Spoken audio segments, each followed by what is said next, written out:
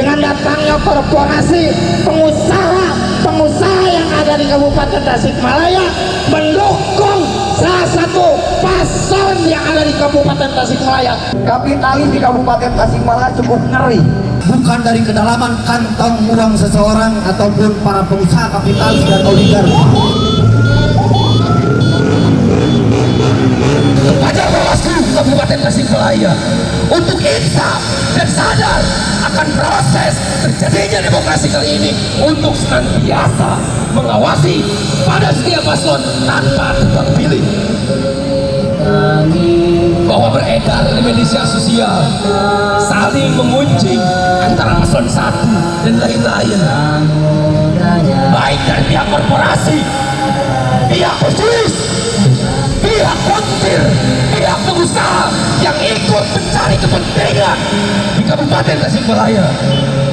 Saya mengatasnamakan warga Kabupaten Tasikmalaya terido aing mah dipimpin atau Kabupaten Tasikmalaya dibeli ku hiji jalma. Aing terido hiji Kabupaten Tasikmalaya dibeli ku hiji jalma. Dengan datangnya korporasi pengusaha yang ada di Kabupaten Tasikmalaya mendukung salah satu paslon yang ada di Kabupaten Tasikmalaya. Media liput bahwa salah satu paslon, ada pengusaha yang mendukung salah satu paslon di Kabupaten Tasikmalaya. Untuk mengetahui, ngobrol sama Aing gitu.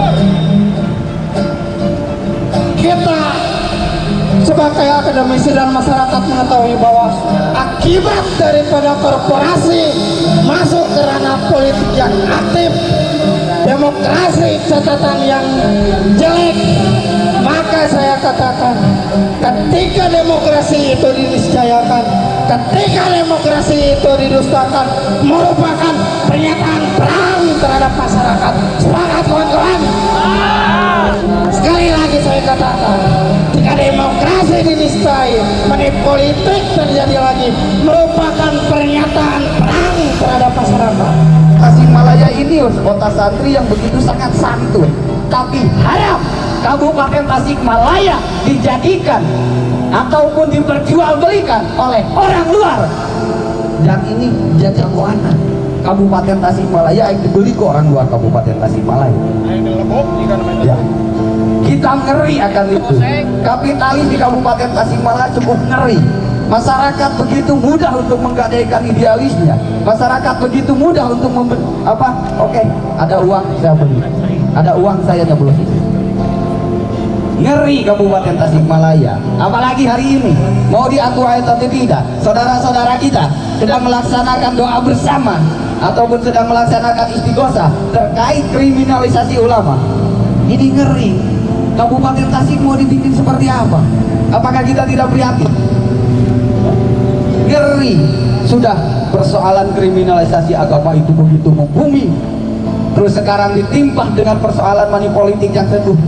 Ini terstruktur, sistematik dan masif di lapangan. Kita kenapa dia? Teman-teman Kosnu menemukan adanya indikasi dugaan pelanggaran pidana terkait dengan politik uang, silahkan laporkan kepada kami. Kami tidak ada keraguan untuk menindaklanjuti apapun laporan dari masyarakat, temuan dari pengawas pemilu terkait dengan politik uang. Kita punya sukses story pada saat pemilu tahun 2019. Kita memproses politik uang dan yang diproses terbukti akhirnya didiskualifikasi dari calon anggota DPR. Money politik adalah pengkhianatan terhadap demokrasi. Suara rakyat bukanlah komoditas yang bisa dibeli dengan uang atau janji palsu. Yang kedua, money politik meracuni kualitas kepemimpinan. Pemimpin sejati lahir dari visi, kompetensi, dan integritas, bukan dari kedalaman kantong uang seseorang ataupun para pengusaha kapitalis dan oligarki. Yang ketiga, money politik adalah benih ketidakadilan, di mana hanya menguntungkan segelintir orang dan mengabaikan kepentingan rakyat banyak yang berpotensi bagaimana kepentingan bertemu dengan kepentingan yang membuahkan komitmen. Sejumlah aktivis yang tergabung dalam Poros Sahabat Nusantara atau POSNU menggelar unjuk rasa di depan pintu gerbang kantor Bawaslu Kabupaten Tasikmalaya pada Senin 14 April 2025. Mereka mendesak Bawaslu agar menindak tegas setiap praktik politik uang yang terjadi dalam pemungutan suara ulang. Apalagi masa mendengar kabar ada pengusaha yang berada di salah satu pasangan calon bakal memborong suara masyarakat dengan menggelontorkan uang puluhan miliar rupiah.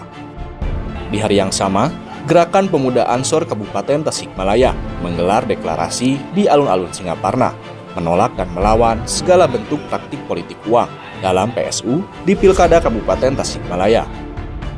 Ketua Gerakan Pemuda Ansor Kabupaten Tasikmalaya, Fahmi Sidik, memaparkan deklarasi tersebut merupakan perwujudan integritas dan tanggung jawab dalam menjaga keberlangsungan demokrasi yang adil, serta membangun kepercayaan masyarakat terhadap proses pemilihan. Fahmi menegaskan, organisasi yang dipimpinnya berkomitmen untuk menolak setiap bentuk politik uang, serta menjalin kerjasama dengan instansi penegak hukum, lembaga pengawas, dan simpul-simpul masyarakat sipil demi menciptakan ekosistem pilkada yang adil dan bersih. Selain itu, pihaknya akan mengoptimalkan peran serta aktif seluruh kader dan simpatisan sebagai garda terdepan dalam melakukan pengawasan serta pelaporan bila terjadi indikasi penyimpangan dalam pilkada.